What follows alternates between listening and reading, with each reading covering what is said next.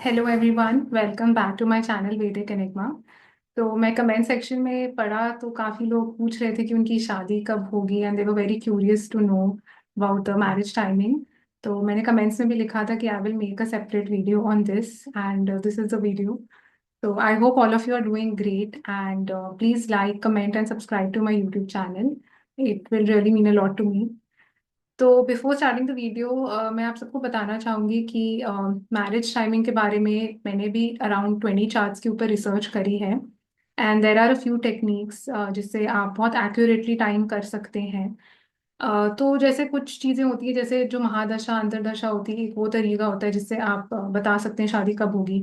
And तो इस video में हम बात करेंगे अबाउट ट्रांजिट्स जो गोचर होते हैं। तो उसके बारे में हम बात करेंगे कि ट्रांजिट से आप कैसे accurately you can even pin point कि 6 मंथ्स 1 ईयर तक का भी आप बता सकते हैं कि कब शादी होगी। ऑफ कोर्स मुझे एग्जैक्ट मंथ तो मैं इस वीडियो में नहीं मतलब डिस्क्लोज करूंगी एग्जैक्ट मंथ को कैसे करना है, वो बहुत कॉम्प्लिकेट हो जाएगा। But we will be using 4 planets in this and in 4 planets की हेल्प से आप काफ़ी प्रिडिक्ट कर पाएंगे कि अराउंड मैरिज टाइमिंग आपकी किस साल हो सकती है एंड 6 मंथ्स तक का भी आप इसमें प्रिडिक्शन कर सकते हैं। तो let's start the video and तो मैरिज टाइमिंग के लिए बेसिकली आपको 4 प्लैनेट्स देखने होते हैं। तो सबसे पहले Saturn, Jupiter, Rahu and Ketu. तो हम जानते हैं कि क्यों मैं इन 4 प्लैनेट्स की बात कर रही हूँ, because they are slow moving planets. जैसे जो सैटर्न है, शनि है, वो एक साइन में एक राशि में 2.5 years रहते हैं। Rahu and Ketu stay in one sign for 1.5 years, तो 18 months they are in one sign. And Jupiter stays in one sign for 1 year, around 1 year। तो बिकॉज ये स्लो मूविंग प्लैनेट्स हैं तो उन उस एक साल में, उस 1.5 साल में काफी इवेंट्स दे सकते हैं। एंड कोई भी मेजर इवेंट प्रिडिक्ट करने के लिए आपकी लाइफ में you need the help of these 4 planets. So that is why we are taking into consideration these 4 planets. मैं शुरुआत करूंगी जुपिटर के ट्रांजिट से। Jupiter, we as we know, it's the most benefic planet and बहुत ही auspicious planet है। कोई भी चीज जुपिटर के हेल्प के बिना पूरी नहीं हो सकती। तो जुपिटर का ट्रांजिट आपको देखना बहुत जरूरी होता है। तो आप चाहे तो ये नोट डाउन भी कर सकते हैं कुछ जैसे पॉइंट्स होते हैं which you need to know in your kundli. And for this you can use Jagannath Hora software, because उसमें बहुत एक्यूरेटली आपको ये जो भी मैं पॉइंट्स जैसे बताऊंगी वो आप देख सकते हैं कि कौन से हाउस में ये पॉइंट्स पड़ रहे हैं। तो जैसे फर्स्ट है which is known as the Dara Karaka. तो दारा कारक का जो होता है वो प्लैनेट होता है जो सबसे लोएस्ट डिग्री होल्ड करता है आपकी कुंडली में। And it can be any planet, हम राहु एंड केतु को नहीं लेते इसमें, but except for that any planet can be your Dara कारक प्लैनेट। तो वो डी के करके आपको दिखेगा, लिखा होता है जगन्नाथ होरा सॉफ्टवेयर में। तो आपको उसकी पोजीशन नोट करनी है कि वो किस हाउस में प्लेस्ड है। देन सेकंड इज उपापद लग्न। तो ये जेमिनी का कॉन्सेप्ट है एंड मैं अगेन उसकी इंट्रिकेसीज में नहीं जाऊंगी, but like to keep it short, ये यूएल करके लिखा होगा आपके चार्ट में अगर आप देखेंगे उसमें। तो जहां पे भी यूएल जो भी हाउस में आ रहा है आप उस हाउस को नोट करिए। तो पहला तो हमारा दाराकार हो गया, फिर उपापद लगना। Third is A7। तो A7 जो होता है वो हर हाउस का एक पड़ा होता है। तो हम जो सेवेंथ हाउस का पड़ा है, बिकॉज हम सेवेंथ हाउस की बात करें, हम शादी की बात करें, तो that is why we'll take into consideration the position of A7 in your chart. तो आप अगेन वो हाउस को नोट करिए जहाँ पे A7 प्लेस्ड है। तो after you make a note of these 3 things you will reach 3 houses, right. तो इन 3 हाउसेस को आपको मार्क करना है। And then coming to Jupiter transit. So again, like this is a thing which I have seen with maximum accuracy. Like मैंने जितने भी chart देखे हैं उसमें ये वाला जो फर्स्ट टेक्निक मैं बता रही हूँ ट्रांजिट का, ये मैंने सबसे ज्यादा काम करते हुए देखा है, तो इसलिए मैं इसको सबसे पहले बता रही हूँ। तो अगेन, अगर आप एक मेल हैं तो आप वीनस को देखेंगे, वीनस की प्लेसमेंट को देखेंगे अपने चार्ट में। और अगर आप एक फीमेल है तो यू विल सी मार्स। तो जब जुपिटर का transit for a male Venus के ऊपर से होगा, या वीनस के ट्राइन में हो रहा है, या वीनस से सेवेंथ हो रहा है। सो फॉर एग्जाम्पल, अगर आपका वीनस कैप्रिकॉन में है मेन चार्ट में या नवांशा चार्ट में, in both the charts you have to see, जब भी जुपिटर का transit, Jupiter will go in Taurus, in Virgo, in Capricorn और in the sign of Cancer, so then your marriage can happen very strongly. This is for a male. Okay, तो जैसे right now also Jupiter you know is transiting the sign of Taurus. तो जो भी आदमी लोग हैं जो ये वीडियो देख रहे हैं, और अगर आपका वीनस वर्गो का है, अगर आपका वीनस टॉरस में है, कैप्रिकॉन में है या स्कॉर्पियो में है, तो आपकी शादी होने की प्रोबेबिलिटी बहुत बहुत हाई है. So this is working in both the main chart as well as in the navamsha chart. दोनों चार्ट्स में आपको इसकी पोजीशन देखनी बहुत जरूरी हो जाती है. सिमिलरली जैसे मैंने वीनस लिया for a male, you will see Mars for a female. तो अगर आप एक महिला हैं तो आप अपने मार्स की प्लेसमेंट नोट करिए, और जब भी जुपिटर का ट्रांजिट आपके मार्स के ऊपर से होगा, मार्स के ट्राइन में हो रहा है या मार्स से सेवेंथ होगा, तो it's a very very high chance that that year can give marriage. Okay, तो इससे आप एक साल तो पक्का आप फाइन ट्यून कर सकते हैं कि इस एक साल में प्रोबेबिलिटी बहुत हाई है. So this was the first point about Jupiter transit. Second point पे आते हैं हम. जुपिटर का ट्रांजिट जब भी आपके लग्न से, आपके एसेंडेंट से ट्राइन में होगा या एसेंडेंट में हो रहा है, so in the first house, fifth house, ninth house और the seventh house, that period again becomes a very strong period to give marriage. तो इस टेक्निक को हम मेन चार्ट तक ही रखेंगे. We will not use this in navamsha chart. If you want you can, but I have not personally done it because it will complicate things more. तो आप लग्न चार्ट से भी अगर आप देखेंगे तो it gives good results. So जैसे right now also if suppose you are a Virgo ascendant and अभी जुपिटर का ट्रांजिट नाइन्थ हाउस से हो रहा है, तो बिकॉज वी नो जुपिटर के तीन एस्पेक्ट्स होते हैं, the fifth house, the seventh house and the ninth house. तो Jupiter will be aspecting the lagna, third house and the fifth house if you are a Virgo ascendant and आपका Jupiter ninth house में भी transit कर रहा है. तो वो period itself it shows, क्योंकि लग्न आपकी पूरी लाइफ है एंड बिकॉज शादी इतना बड़ा इवेंट होता है लाइफ में, तो इट शोज कि वो एक साल में बहुत इजीली आपकी शादी हो सकती है and something big will happen. Okay, so that is the second thing that we will note. Third thing जो हम नोट करेंगे कि जुपिटर का transit over the three main points जो मैंने आपको बताए नोट करने के लिए, द उपापद लग्न, द दारा कारक एंड द A7. तो जब भी जुपिटर, तो अगर आपके ये तीनों पॉइंट्स में से कोई भी ये पॉइंट टॉरस के साइन में फॉल कर रहा है, then that becomes a very important year again for you.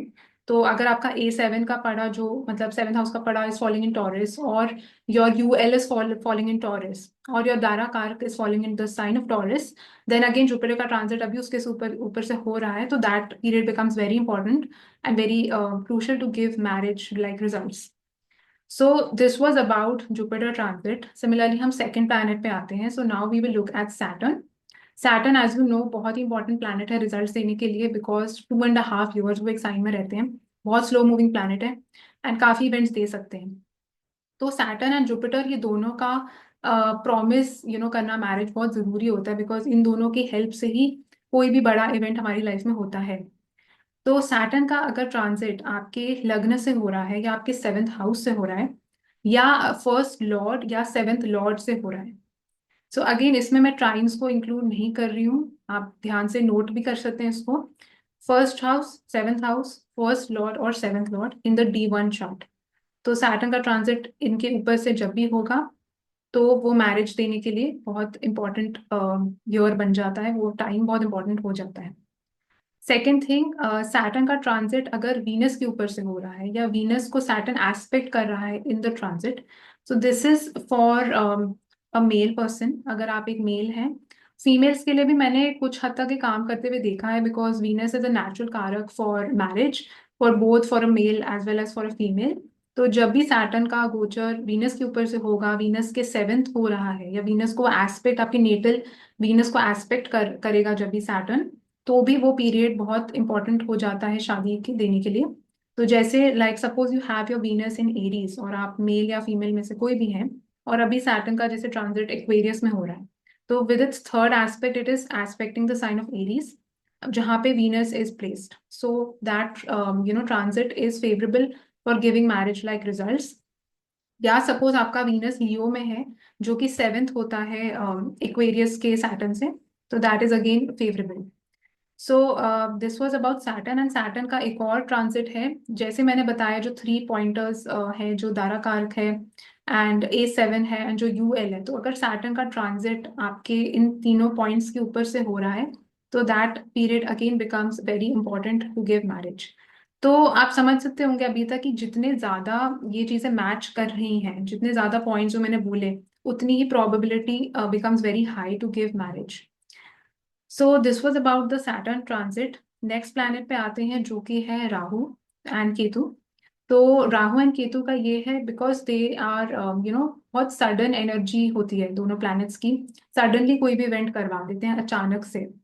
तो इसलिए जब भी राहु का ट्रांजिट आप देखेंगे कई बार अचानक से शादी हो जाती है या सडनली रिश्ता कहीं से आ जाता है whenever Rahu and Ketu are transiting the 1/7 axis. तो जो अगर आपका जैसे अगेन कन्या लग्न है तो right now Ketu is in the lagna and Rahu is in the 7th house. या अगर आपका पाइसिस लग्न है तो राहु जो है आपके सेंडेंट में होंगे, केतु 7th हाउस में होंगे। तो आप सोच रहे होंगे कि केतु का ट्रांजिट 7th हाउस से कैसे शादी दे सकता है। वो भी अचानक से दे सकता है because Rahu Ketu are in the 1/7 axis, that is why. तो अगर वो चीज भी इन इन सारी कंडीशंस के साथ हो रही है तो वो पीरियड वैसे ही बहुत स्ट्रांग बन जाता है शादी देने के लिए। सेकंड, अगर राहु या केतु का ट्रांजिट आपके दारा कारक प्लैनेट के ऊपर से हो रहा है या आपके A7 के ऊपर से हो रहा है या UL के ऊपर से हो रहा है तो वो भी पीरियड जो है बहुत strongly it can show and it can give marriage. Third thing is कि राहु का अगर ट्रांजिट वीनस के ऊपर से हो रहा है, जो आपका नेटल वीनस जहाँ पे भी प्लेस्ड है, अगर राहु का गोचर उसके ऊपर से हो रहा है तो वो भी अचानक से आपको रिलेशनशिप, शादी, इस टाइप का कोई भी चीज दे सकता है। तो ये राहु केतु की प्लेसमेंट भी आपको देखनी जरूरी होती है। बट अगेन मैंने इसको लास्ट में मेंशन करा है बिकॉज सबसे ज्यादा इंपॉर्टेंट ट्रांजिट्स जो हम देखते हैं वो जुपिटर और सैटर्न का है। बिकॉज उनके बिना कोई भी चीज पॉसिबल नहीं है। And there is a fourth point also which I would like to mention, which is about a double transit. तो डबल ट्रांजिट का मतलब होता है कि अगर जैसे सपोज हम मानते हैं अभी अगले साल Saturn will go in the sign of Pisces and there will be a time in Jupiter will still be in the sign of Taurus. तो because Saturn is in Pisces तो it is aspecting the sign of Virgo and Jupiter is also aspecting the sign of Virgo. तो जो वर्गो sign आप देखेंगे उसके ऊपर double aspect आ रहा है, जुपिटर का भी सैटर्न का भी। तो अगर आपका वर्गो साइन जो है वो 7th हाउस में फॉल कर रहा है और आप एक पाइसिस असेंडेंट है तो अगला साल जो है वो बहुत इंपॉर्टेंट हो जाता है शादी देने के लिए क्योंकि दोनों प्लैनेट साइमल्टेनियसली आपके 7th हाउस को एस्पेक्ट कर रहे हैं। तो this is the meaning of double transit. And similarly आप देखेंगे जब सैटर्न विल एंटर पाइसिस तो it will also give a third aspect to the sign of Taurus and Jupiter is already placed there. So similarly, double transit is happening on Taurus as well. तो आप देखेंगे अगर आपका taurus 7th house में fall कर रहा है और आप एक स्कॉर्पियो असेंडेंट हैं then again it becomes a very very important time for a marriage like event to happen. Then similarly आप देखेंगे जब Jupiter will go in the sign of Gemini next year and Saturn will be in the sign of Pisces तो double transit से वो Aquarius sorry वो Sagittarius के साइन को एस्पेक्ट करेंगे because Saturn through its 10th aspect and Jupiter through it's 7th aspect. तो again अगर आपका जेमिनाई असेंडेंट है तो वो एक साल आपके लिए बहुत क्रूशल हो जाता है शादी देने के लिए। तो ये इवेंट भी बहुत ज्यादा इंपॉर्टेंट होता है। डबल ट्रांजिट वर्क्स ब्रिलियंटली इन सो मेनी केसेस। तो नेचुरली जो है वो अगर शादी नहीं हो रही या कोई भी चीज रुकी हुई है या अगर जैसे डबल ट्रांजिट आपका 5th हाउस में हो रहा है तो वो बच्चा चाइल्ड बर्थ के लिए it can be very favourable that time. तो एंड अगर आपका ये डबल ट्रांजिट जिस साइन में हो रहा है वहां पे अगर आपका 7th लॉर्ड भी अगर प्लेस्ड है नीटल चार्ट का तो भी this technique works brilliantly. So these were like some of the points that I have mentioned in this video, जिसमें से जो सबसे ज्यादा अगेन मैंने काम करते हुए देखा है वो है जुपिटर का transit over Venus for a man and Jupiter's transit over Mars in the D1 और in the D9 chart for a female. तो ये काफी काफी वर्क करता है। There is another transit technique also that I would like to mention, that is आपका जहाँ पे भी नेटल जुपिटर प्लेस्ड है, जिस भी साइन में जिस भी हाउस में प्लेस्ड है, अगर सैटर्न का ट्रांजिट उस हाउस के ऊपर हो रहा है, जैसे सपोज जैसे Saturn will go in Pisces next year and Jupiter अगर आपका पाइसिस में है तो सैटर्न उसके ऊपर से जाएगा तो वो पीरियड भी इटसेल्फ कोई भी बड़ा इवेंट देने के लिए बहुत इंपॉर्टेंट हो जाता है। अब वो शादी हो सकती है, वो चाइल्ड बर्थ हो सकता है, but it will give you a very big event in life for sure. Similarly जहाँ पे भी आपका सैटर्न प्लेस्ड है और अगर जुपिटर का ट्रांजिट उसके ऊपर से हो रहा है तो भी वो पीरियड बहुत इंपॉर्टेंट हो जाता है for any such big event to happen. तो these were some of the points that you can take into consideration and जितने ज्यादा ये आप देखेंगे कि मैच हो रहे हैं ये पॉइंट्स उतना ही probability becomes very high. So we will be looking at example chart to study that how this transit really works. So जैसे आप देख सकते हैं कि ये एक चार्ट है। तो it's a Capricorn ascendant and there is Venus, Jupiter, Sun in Capricorn. And Mars in Aries जहाँ पे A7 भी है, जो मैंने आपको पोजिशन नोट डाउन करने के लिए बोली थी. And you can see in the main chart also that the UL is over here. Okay, it's in the sign of Aquarius. तो ये छुप रहा है एक्चुअली, मर्क्यूरी लिखा है वहाँ पे. तो over there it's the UL. And आप देखेंगे जो दाराकार प्लैनेट है वो वीनस है. एंड यहाँ पे DK करके भी लिखा है, so it is also retrograde and it's in Capricorn. Okay, so ये जो नेटिव है इनकी शादी हुई थी इन द ईयर 2000. एंड जो मैंने डेट यहाँ पे डाली है, तो it will show me the transit chart also. तो यहाँ पे ट्रांजिट का भी ऑप्शन है इन जगन्नाथ होरा. तो when I'm looking at the transit chart and if I make this Capricorn, तो आप देखेंगे कि जुपिटर जो है वो टॉरस में it was transiting and it is ninth from, like it has a ninth aspect on the sign of Capricorn जहाँ पे इनका वीनस प्लेस्ड है. एंड मैंने जैसे बताया कैप्रिकॉर्न के साइन में ही उनका दारक कारक प्लैनेट भी प्लेस्ड है. तो Jupiter is directly expecting that house. And also in the D9 chart इनका जो लग्न है वो टॉरस है. तो टॉरस के भी ट्राइन में जुपिटर फॉल्स, तो दोनों वे से it is getting confirmed. And because he has a vargottama Venus, तो D9 चार्ट में भी his Venus is in Capricorn, that is again in trines with Jupiter. तो आप देख सकते हैं ये जो जुपिटर वाला ट्रांजिट है ये बहुत स्ट्रांगली वर्क करता है. This is a chart of a male native, तो I have taken Venus. And Saturn और जुपिटर तो साथ में ही थे उस that in that year in this month. And Saturn has a direct aspect on the third house, and the third aspect on the seventh house of marriage, and the seventh lord also, because he had his moon placed in the seventh house. So seventh lord is also in the seventh house, and Saturn has a direct aspect on the seventh house as well as on the seventh lord. And when we see Saturn's 10th aspect, तो Saturn का जो 10th aspect है that will fall in the sign of Aquarius, जहाँ पे you had seen that UL was written over there in the sign of Aquarius. तो UL को भी aspect किया है. Dara planet is also involved, I showed you. And जो A7 था, we noted that the A7 was falling over here in the fourth house. तो fourth house का relation जो है एज सच किसी के साथ, कोई भी प्लैनेट के साथ नहीं बन रहा, जो ट्रांजिटिंग प्लैनेट्स मैंने मेंशन करे हैं. But the seventh lord is involve, Saturn का कनेक्शन उनके साथ है. Darakaraka planet is involve, seventh lord is also involve. And Jupiter का aspect over Venus, Jupiter's aspect on the lagna on the ninth house. तो हम बोल सकते हैं बिकॉज काफी conditions are being met, so marriage was very strongly indicated in that time. And like I told you कि आपको नवांशा chart भी use करना चाहिए. जुपिटर का ट्रांजिट अगर आपका लग्न में हो रहा है, नवांशा के लग्न में, because navamsha shows after marriage and marriage का चार्ट है वो. तो वो पीरियड भी, वो साल भी बहुत इंपॉर्टेंट हो जाता है शादी के लिए.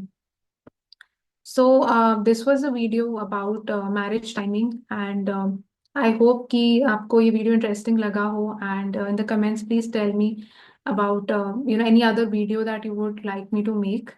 So please like, share, and subscribe to my YouTube channel if you like this video. And thank you so much for watching. Stay safe.